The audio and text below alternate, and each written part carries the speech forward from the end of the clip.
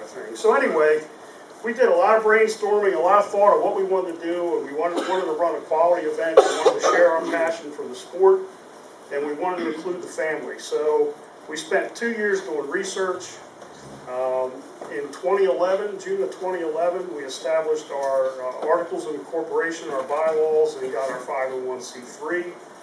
We put a whole program outline together of what we wanted to do and how we wanted to do it. And Chris and I got in the car and drove up to Seven Springs and pitched our program to the leadership of Seven Springs Resort, including the owner of Seven Springs, Bob Nutting, who also owns the Pittsburgh Pirates. And I can't tell you, we couldn't do this without them. It took us about 15 minutes, and we had prepared a pretty good presentation, and we didn't get 10, 15 minutes into it. And they said, when do you want to do it, and what's it going to take? So we started to collaborate with them, and that was mid-2011. Around the same time we got our 501c3 established.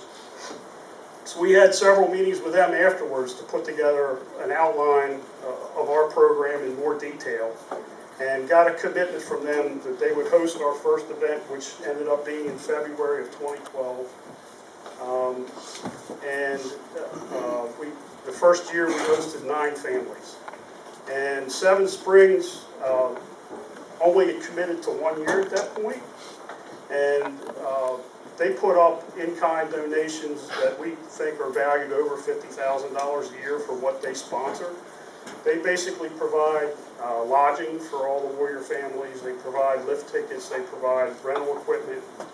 They provide ski and snowboard instruction. And they really roll out the red carpet for our organization. Since that first event, we've now done it 8 years in a row. They've committed to continue this program with us. They're that passionate about it. Bob Dunning himself has probably attended more than half of our farewell dinners that we have every year. And like I said, we couldn't do it without their support. The rest of it is we're an all-volunteer organization. We have no paid staff. Just kind of like you guys, we're doing what we do because we want to. And we've gotten better at it each year. We learn something new every year. And one of the things that I think is really unique, and it was a thought that came about 2 years into the program, I said, wouldn't it be nice if we could start to bring the Warriors into our organization in a different role and as volunteers. I don't know if you guys have ever heard the best way to learn is to teach. And so we tried to apply that concept. So after year 2, what we did is we started inviting 1 or 2 of the Warriors from the previous year to come back as a mentor. And then from there, we'd invite them to come back as a volunteer. And we're actually in a process right now where Chris actually stepped down as our chairman and CEO last year, and he's still acting as vice chair. I'm in a transitional role now, so we're trying to start to turn the organization over to Warriors to run. And I can't tell you how powerful that's been to watch some of these guys that started with us that had both physical and mental disabilities and struggles within their families that now have stepped up to volunteer to help others. And to watch that, to stand back and watch it, has been pretty powerful. And I leave our event every year. Our event, kind of give you an idea of our basic program. We like you guys, we start our event planning usually at around September. Our event is held the last week of February every year. And we bring people in on Sunday, they check in, and we're there until Friday. So I'd say more than half of our attendees usually fly in, so we make arrangements to fly them into Pittsburgh.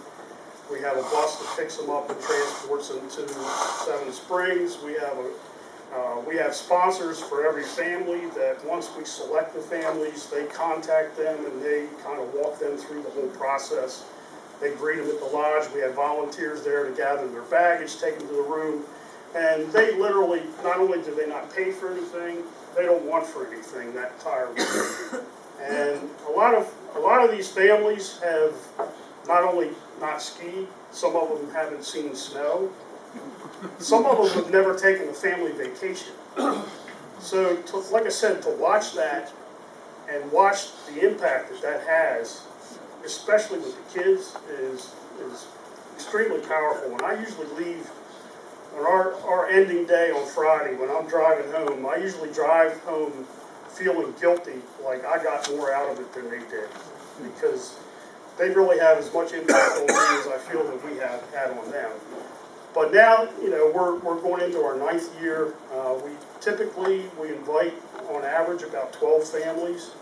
Usually our average demographic is 50 family members a year, and we usually try to support it with almost a 1-to-1 ratio of volunteers, because it really takes that much to make it happen. And really, when we start the application process and people apply to our program, we go through a whole screening process. We have a committee that reviews the applications, and then we invite families, and through that process, even after we invite some drop out. So long story short, it takes a couple months to really get our numbers down.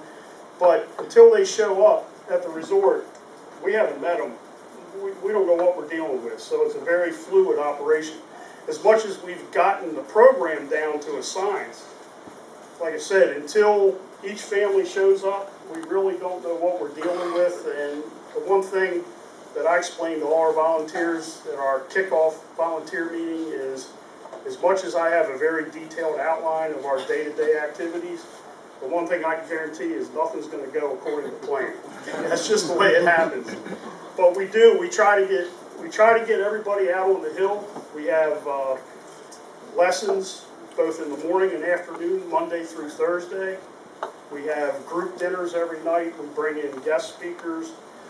Seven Springs is perfect for the activity because if the weather's bad, they've got roller skating, they got bowling, they got tubing. We usually shoot sporting clays.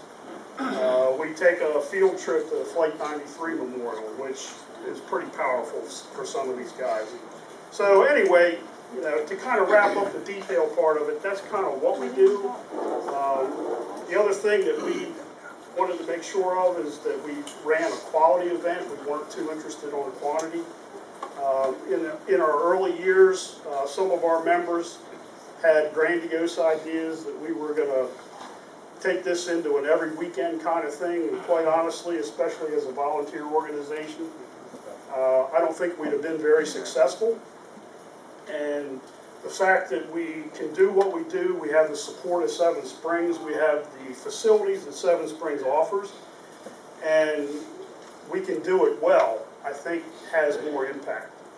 You know, so far over our 8 years, we've hosted over 400 family members. And like I said, I'd say at this point about 25% of our former participants have come back as volunteers. And you know, my goal is to gradually be able to step away more and more and more and kind of turn over the program to the Wounded Warriors and let them run it.